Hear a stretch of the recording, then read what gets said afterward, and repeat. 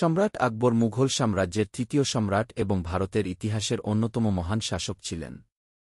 তিনি ১৫৫৬ সালে মাত্র ১৩ বছর বয়সে সিংহাসনে আরোহণ করেন এবং প্রায় ৫০ বছর দক্ষতার সঙ্গে শাসন পরিচালনা করেন।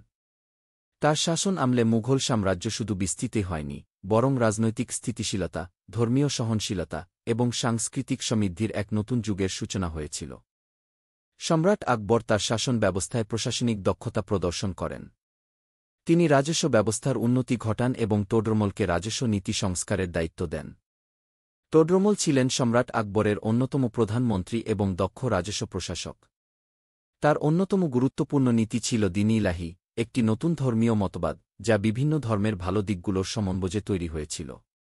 তিনি হিন্দু মুসলিম ঐক্য স্থাপনেও বিশেষ ভূমিকা রাখেন এবং হিন্দু রাজপুতদের সঙ্গে মৈত্রীর সম্পর্ক গড়ে তোলেন। সামরিক দিক থেকেও আকবর ছিলেন কৌশলী।